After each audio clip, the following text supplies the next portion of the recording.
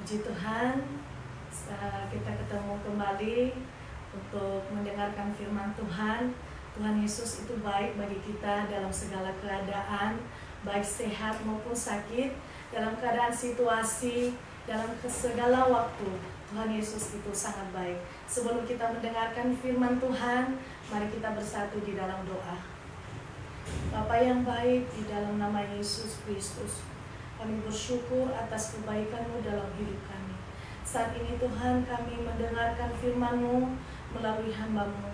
Urapi setiap kami yang mendengarkan, biar firman-Mu yang hidup, yang menguatkan, menghibur, bahkan menyembuhkan segala sakit penyakit kami.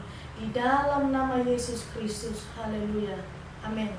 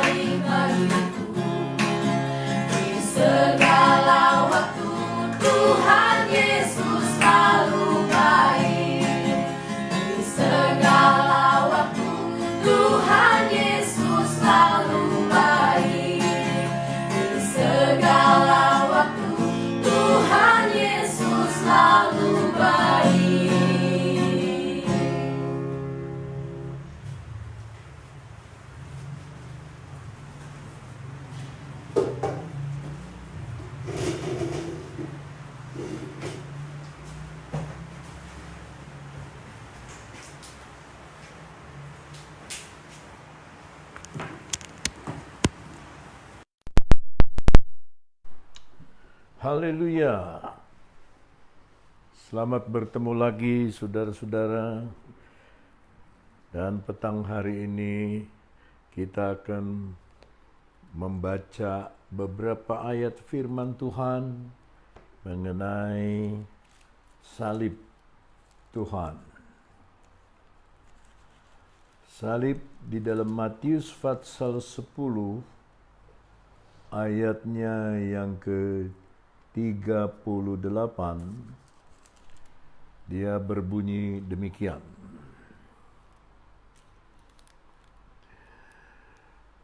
Barang siapa tidak memikul salibnya dan mengikut aku, ia tidak layak bagiku. Barang siapa mempertahankan nyawa, ia akan kehilangan nyawanya.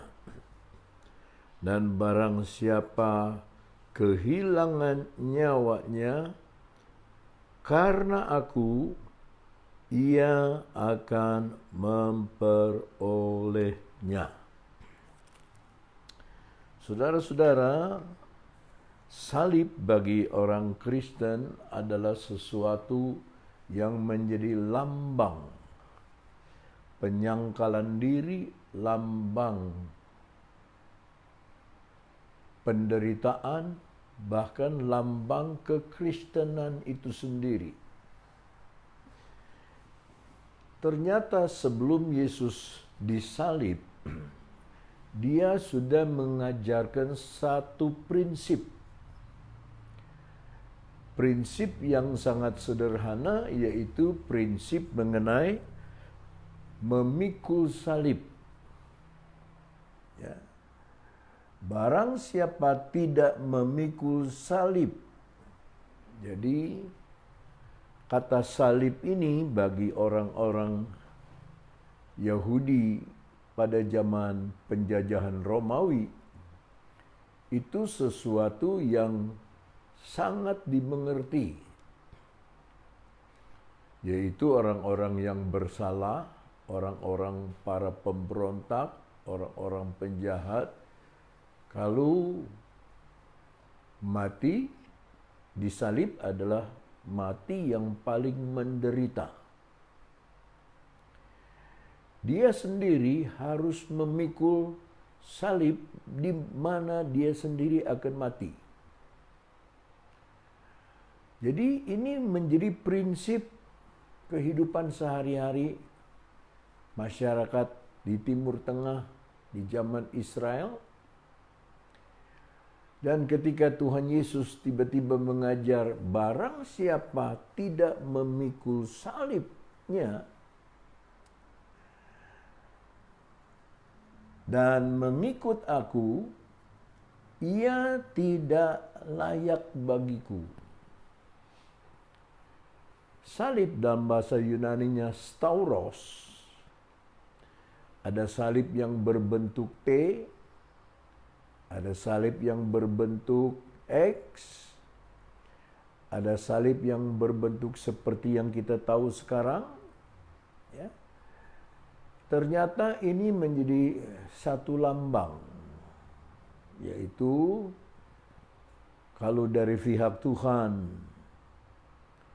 kehendaknya Tuhan selalu dipotong oleh dosa manusia. Tetapi dari pihak kita, kehendak kita dipotong oleh kehendak Tuhan. Nah, di dalam kehidupan sehari-hari ada 3 macam salib. Salib yang pertama tegak lurus. Tegak ke atas, lurus ke samping, mengasihi Tuhan dengan segenap hati, mengasihi sesama manusia. Hubungan dengan Tuhan baik, hubungan dengan sesama baik. Terbentuklah salib. Bentuk yang kedua salib, hubungan dengan Tuhan baik, tetapi hubungan dengan sesama tidak baik. Kita melihat salib yang menghadap ke arah lain. Berat sebelah, tidak tegak lurus. Salib yang ketiga, kita baik dengan sesama. Tetapi kita tidak baik dengan yang di atas. Maka salib itu seperti salib yang rebah. Nah, ketika seorang dipaksa, diharuskan kalau dihukum mati, memikul salibnya sendiri, sebelum dia mati, Yesus memakai contoh ini untuk menggambarkan satu prinsip hidup. Dia berkata begini, barang siapa yang tidak memikul salib, menolak memikul salib, menolak memikulnya, dan tidak mengikut aku, dan mengikut aku dia tidak layak. Kata tidak layak, tidak cocok, belum masuk kepada hubungan yang sebenarnya dengan Tuhan. Nah, kata mengikut itu di dalam bahasa Yunani dipakai arti berjalan di jalan yang sama. Berjalan di jalan yang sama sebagai pembantu, sebagai hamba, atau sebagai murid. Nah, saudara-saudara, sebagai kehidupan kita, kekristenan kita, sebentar lagi kita akan merayakan Jumat Agung, di mana Yesus disalib di Bukit Golgota. Firman Allah mengatakannya, sejarah mengatakannya, sejarah di Italia mengatakannya, bahwa memang ada seorang yang bernama Yesus disalib di sana. Nah, saudara-saudara, dikatakan tidak layak bagiku, tidak cocok, tidak bisa menjadi muridku. Lalu di dalam ayat berikutnya dikatakan, barang siapa mempertahankan nyawa, bahasa Inggris, dia yang menemukan hidupnya. Bahasa Yunaninya sama, psuche, nyawa, akan kehilangan. Dan siapa yang kehilangan nyawanya karena Yesus, karena aku, kata Yesus, akan menemukannya. Dipakai kata menemukan. Ya. Di dalam nyawa, saudara, ada kehendak. Di dalam nyawa ada perasaan, ada rasa sakit, ada rasa nyaman. Di dalam nyawa segala perasaan, segala rasa itu ada. Kitab Imamat berkata nyawa ada di dalam darah. Maka orang Kristen tidak boleh makan darah karena ada nyawa. Seorang manusia akan disebut meninggal ketika darahnya berhenti beredar. Putuslah nyawanya. Ketika seorang sudah mati, nyawanya tidak ada lagi, saudara mau maki sama dia, dia diam. Saudara mau nangis, dia tidak tahu. Saudara mau mengepalkan tinju kepada orang yang sudah mati, dia diam. Nah, seperti itulah yang Tuhan Yesus mau. Bukan hanya kita memikul salib, ya, dan mengikut dia sebagai muridnya, tetapi kita juga rela, dalam tanda kutip, mati rasa bagi kehidupan Kristus. Di dalam Matius 16,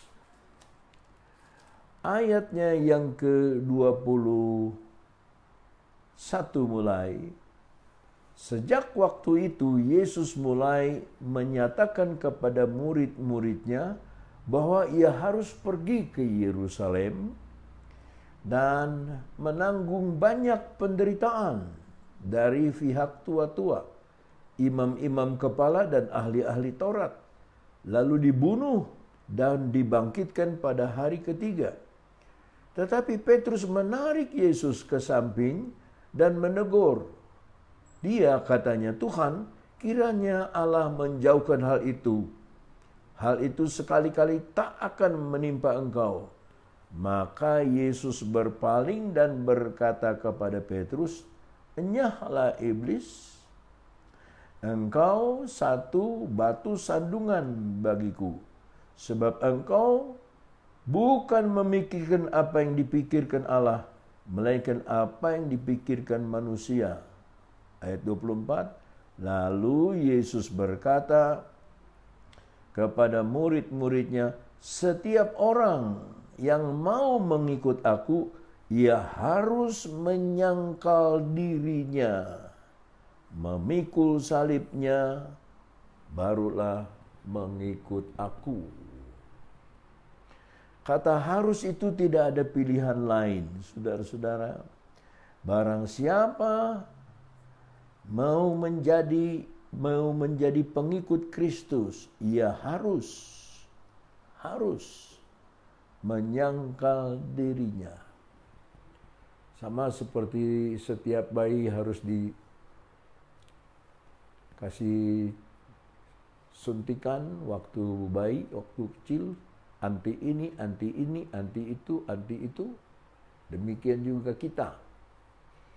Tandanya kita adalah kita harus mau memikul salib. Baru dikatakan dan menyangkal diri. Kata menyangkal diri sama dengan tadi yang saya katakan dalam Matius 10. Mati rasa. Dia sudah mati kepada dirinya sendiri. Dia tidak bisa lagi apa-apa. Dia menyangkal dirinya. Dia tidak menyangkal orang lain, menyangkal diri. Dia membukankan diri. Tidak ada sesuatu yang dia bisa banggakan. Nah, itu sebabnya di depan Tuhan, saudara-saudara, kita ini hanya setitik debu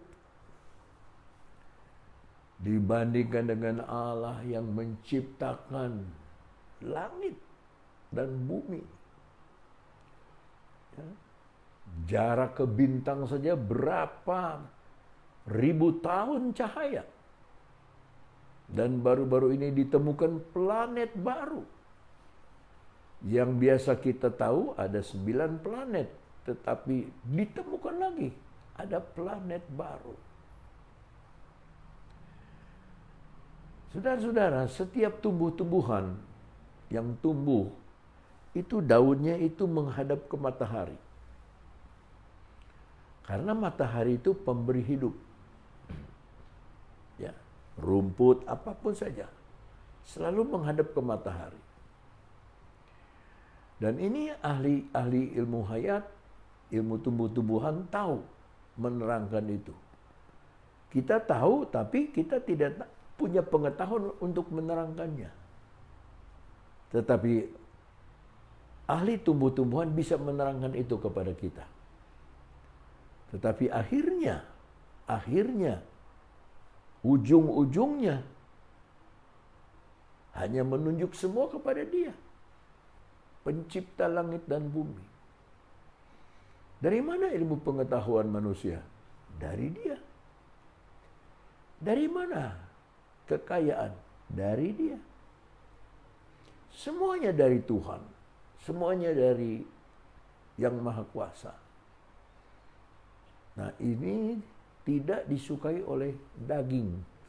Sarks kita ini. Kita maunya senang. Kita maunya dikenal. Kita maunya nomor 1. Kita maunya dipuji dan dipuja. Tapi Yesus tidak. Yesus bilang, aku akan diserahkan di Yerusalem. Aku akan disalib, aku akan dibunuh. Dan saudara-saudara, tahukah saudara bahwa Yesus bukan hanya dianiaya begitu, dia dipermalukan. Dia diludahi, janggutnya ditarik. Mahkota duri dipasang di kepalanya. Kepalanya dipukul pakai tongkat sambil berkata, nubuatkan siapa yang memukul kepalamu. Dia diolok. Jadi saudara, kalau kita belum mati kepada keakuan kita, diolok sedikit kita marah. Ya, disinggung sedikit kita marah. Kita mempunyai roh setia kawan. Tapi tahukah saudara, waktu Yesus disalib, semua murid lari kecuali Yohanes. Semua murid lari kecuali Yohanes. Dan Yohaneslah satu-satunya murid Yesus yang tidak mati syahid. Semuanya mati syahid. Yang lari, yang mau mempertahankan hidup, dia kehilangan. Tetapi yang tetap disalib seperti Yohanes, dia rela menderita bersama dengan Yesus, dia mendapat hidup. Sampai dipaksa untuk masuk ke dalam minyak yang panas sekalipun untuk dimasak, dia tidak mati, dia hidup. Dibuang di pulau Patmos, malah dia melihat kitab Wahyu. Dia mendapat wahyu yang luar biasa. Dia tidak mempertahankan hidup, dia dapat hidup. Dia mau kehilangan nyawanya, dia dapat nyawanya. Tapi yang lain melarikan diri. Dan semuanya mati syahid. 10 mati syahid, 1 mati bunuh diri, Yudas Iskariot. Hanya Yohanes yang mati tua. Kenapa? Dia tidak menyayangi nyawanya. Dia ada di salib. Ketika Yesus disalib, dia ada. Itu sebabnya saudara, salib itu adalah sebuah prinsip. Ada kawan saya, almarhum Pendeta Yeremia Rim, dia berkata begini dulu mendiang ini. Aku yang tidak laku harus dipaku. Keakuan kita yang tidak laku ini, ya, aku yang kaku dan tidak laku harus dipaku, begitu kata-katanya. Ya, jadi memang kita ini harus membukankan diri kita. Kita harus kembali ke salib, di mana kehendak kita di-cross oleh kehendaknya Tuhan. Dan ketika saudara bisa mencapai tingkat itu, saudara bukan hanya menemukan Yesus, saudara menemukan diri saudara sendiri. Kiranya renungan pada petang hari ini boleh menjadi berkat bagi saudara. Salib bukan lambang kekalahan Yesus, tapi justru salib adalah lambang kemenangan Yesus. Umat Katolik, salibnya ada Yesusnya. Umat Protestan, Pantekosta, salib tanpa Yesus. Kenapa begitu? Ada yang bertanya sama saya. Umat Katolik mau mengingat pengorbanan Yesus di atas salib. Umat Kristen yang lain mau mengingat bahwa Yesus tidak terus disalib. Dia dikuburkan, bangkit pada hari ketiga. Jadi dia tidak ada lagi disalib. Dia sudah bangkit. Dua-dua betul. Itu sebabnya saudara-saudara, marilah hidup bukan hanya dalam salib yang digantung di leher, salib yang digantung sebagai pin kehormatan, tapi sebagai prinsip hidup kita sehari-hari. Tuhan memberkati. Izinkan saya mendoakan saudara. Mari kita berdoa. Tuhan Yesus, Engkau yang berkata, Siapa yang tidak mau memikul salib tidak layak bagi Engkau. Itu sebabnya Tuhan, kami mau belajar hidup di dalam prinsip salib. Hidup menyangkal diri. Hidup karena Kristus. Hidup karena Tuhan. Hidup bersama-sama dengan Engkau. Mati bersama-sama dengan Engkau. Dibangkitkan bersama-sama dengan Engkau. Terima kasih Yesus, terima kasih. Berkatilah yang mendengar siaran ini, berkati rumah tangga mereka, berkati mata pencaharian mereka, berkati pekerjaan mereka. Ya Bapa, negara kami sedang dilanda wabah yang melanda seluruh dunia. Banyak orang kehilangan pekerjaan, banyak orang kehilangan penghasilan. Tuhan, Engkau adalah Yehova Yireh, Allah yang mengadakan. Yang tidak ada menjadi ada, yang tidak bisa menjadi bisa, yang tidak mampu menjadi mampu, yang tidak mungkin menjadi mungkin. Engkau adalah Allah yang memelihara kami. Terima kasih Tuhan, terima kasih. Dalam nama Yesus kami sudah alaskan doa ini. Haleluya. Amin. Sekian renungan, sampai berjumpa di lain kesempatan. Tuhan Yesus memberkati saudara.